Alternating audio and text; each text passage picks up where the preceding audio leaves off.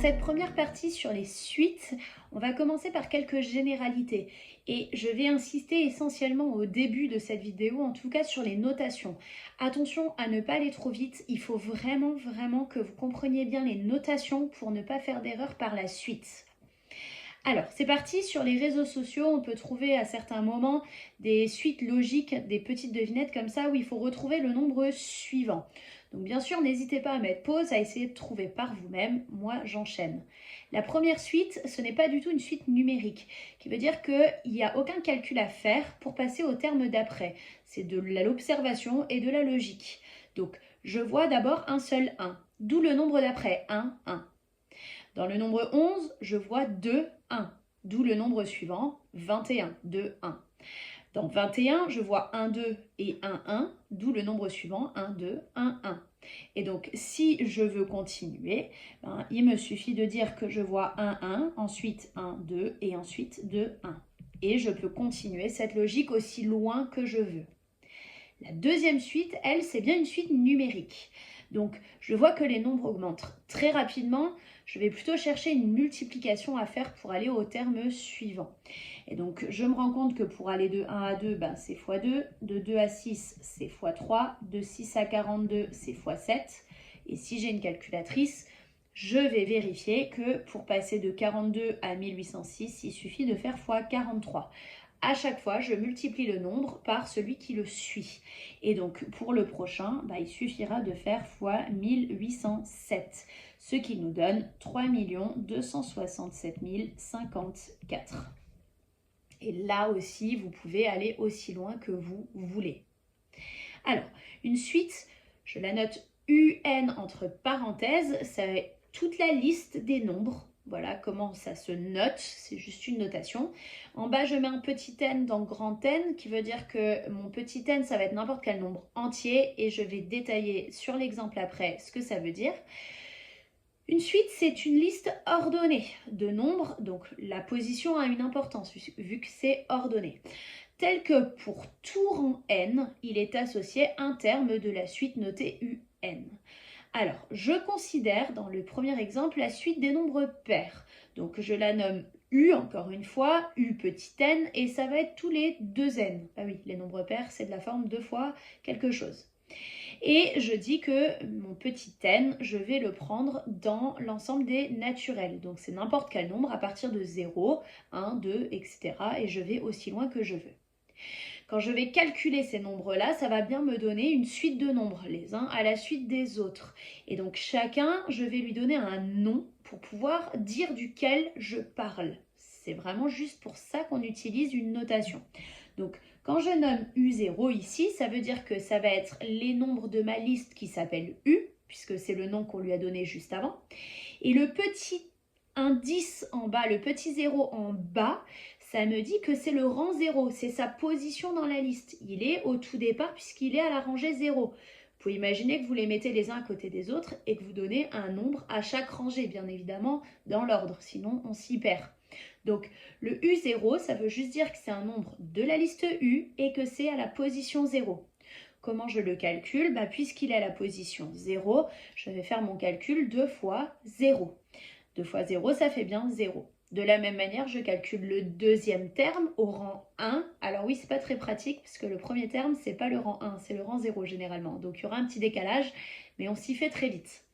Donc le deuxième terme, U1, donc dans ma liste U à la rangée numéro 1, donc la deuxième place, je fais 2 fois 1 qui me donne 2 et U2, le troisième terme, ça va être 2 fois 2 qui me donne 4. Une suite numérique peut être définie principalement de deux manières, soit de façon explicite, c'est ce que j'avais juste avant, j'avais mon calcul avec le n, je peux faire le calcul très facilement, ou alors par récurrence.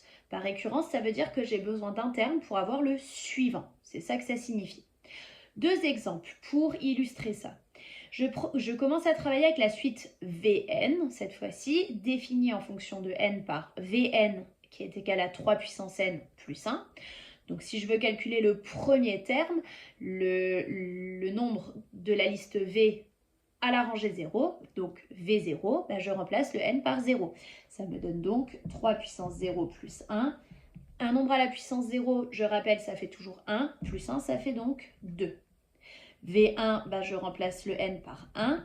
3 puissance 1, ça fait 3 plus 1, 4. Et V2, 3 au carré plus 1, ça fait donc 9 plus 1, 10.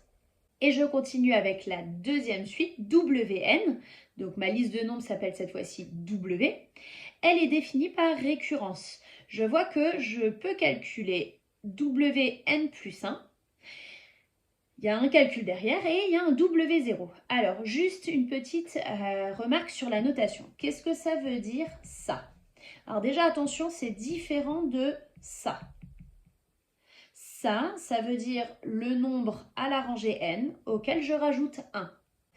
Ici, c'est pas la même chose. Le plus 1, il n'est pas en grand sur la ligne d'écriture, il est dans l'indice en petit en bas. Ça veut dire quoi? Ça veut dire que c'est le nombre de la suite W qui n'est pas à la rangée n, mais qui est à la rangée n plus 1. Autrement dit, vous allez avoir votre liste de nombres. W0, ça va être le premier, W1, W2, et puis vous allez continuer et vous allez arriver à un certain endroit. Bon, certain endroit, je le note N, puisque je ne sais pas exactement où c'est. Comment je parle de l'endroit juste à côté? Ben, je vais à l'étape juste après. Et attention, mon N plus 1, c'est un indice. C'est pas du tout une opération ici, d'accord? Ça veut juste vous dire que je ne me mets pas à la rangée N, mais à celle juste après. De la même manière, je peux écrire la rangée juste avant. Il faut reculer de 1, donc ça va être le rang N-1. D'accord? Donc là, ces indices-là, c'est vraiment le rang, à quel rang on se situe. Donc maintenant que ça s'est éclairci, je vais pouvoir calculer les termes de ma suite Wn. Donc W0, il est donné, il n'y a rien à calculer. W1, qu'est-ce qu'il faut faire? Il faut faire 2 fois le rang avant celui-ci. Donc moi, je suis en train de calculer le rang 1. Donc le rang avant, c'est le rang 0. Donc ça va faire 2 fois W0 plus 5. Et mon plus 5, c'est bien une opération. 2 fois W0, c'est 2 fois 3, ça fait 6 plus 5, ça fait donc 11. Et je vais refaire exactement le même principe pour W2. Ça va être 2 fois le rang juste avant, donc 2 fois W1 plus 5. W1, c'est 11. 2 fois 11, ça fait donc 22, plus 5, ça nous donne donc 27. Prenez vraiment le temps de vous convaincre de ces notations. C'est vraiment, vraiment important. Je continue. Une suite UN est croissante à partir d'un certain rang que j'appelle N0. Si pour tous les rangs d'après, donc pour tout N plus grand, si c'est croissante, ça veut dire que chaque terme est plus grand que celui juste avant lui. Donc UN plus 1, le rang d'après, est bien plus grand que UN, le rang juste avant. Et décroissante, c'est pile l'inverse. Donc si c'est à partir d'un certain rang, pour tous les rangs d'après, UN plus 1 est cette fois-ci plus petite. On va avoir chaque terme qui diminue petit à petit. Pour déterminer si une suite est croissante ou décroissante, on peut alors soit calculer l'écart, soit calculer le rapport. Donc, si je veux vérifier que UN plus 1 est plus grand que UN, ou plus petit, c'est exactement la même logique, ça va me donner la conclusion inverse en toute logique. Je vais regrouper tous mes termes du même côté de l'inégalité. Et donc, je fais passer en quelque sorte mon UN de l'autre côté, je l'enlève donc des deux côtés, ça me donne donc bien UN plus 1 moins UN qui devient positif. Et dans certains cas, faire cette différence-là, c'est assez facile, ça nous donne un nombre assez simple à étudier pour savoir s'il est positif ou non. Autre possibilité, je disais, c'est de faire le rapport. Donc je repars encore une fois de UN plus 1 supérieur à UN. Encore une fois, je vais regrouper tous mes termes du même côté. Cette fois-ci, je vais diviser par UN. Donc ça me donne U au rang N plus 1 divisé par UN. Et UN divisé par lui-même, ça fait bien 1. Et donc, dans certains cas, calculer ce rapport, ça fonctionne plutôt bien et ça permet assez facilement de comparer à 1. Regardons sur un exemple. Si je veux déterminer le sens de variation des suites UN et VN qui sont définies par les calculs donnés. La suite UN, c'est que des additions et des soustractions. Donc, il va mieux falloir rester dans le domaine de calcul, addition et soustraction. Je vais donc calculer UN plus 1 moins UN. Faites bien attention à bien écrire vos indices, d'accord? Donc, je commence par calculer UN plus 1. Je vais le faire entre crochets pour bien distinguer et qu'on ne se mélange pas les deux termes de la suite. Donc, UN plus 1, il faut que je prenne ce calcul-là, mais pas au rang N, au rang N plus 1. Donc, de la même manière que tout à l'heure, j'ai remplacé pour le rang 2 tous mes N par 2, là, je vais remplacer tous mes N par N plus 1. Ça me donne donc N plus 1 au carré, plus 2 N plus 1, moins 4. Voilà pour UN plus 1. Moins UN, donc encore une fois, je la laisse entre crochets, là, il n'y a qu'à recopier, N carré plus 2N, moins 4. Je fais mon calcul, attention, le N plus 1 au carré, c'est une identité remarquable, ça donne donc N carré plus 2N plus 1. Je distribue, ça fait 2N plus 2, moins 4. Moins, et dans le deuxième crochet, je ne peux rien calculer. Ici, c'est plus que des additions et des soustractions, donc je peux faire mes calculs. J'ai n carré moins n carré, ça s'annule. J'ai 2n plus 2n, ça fait 4n, toujours encore moins 2n, ça fait donc 2n. Et ensuite les nombres, 1 plus 2, 3, moins 4, moins 1, moins 4. Donc moins 1 plus 4, autrement dit, plus 3. Et je veux savoir si c'est positif ou négatif. 2 fois un nombre entier, c'est forcément positif, plus 3, c'est forcément positif.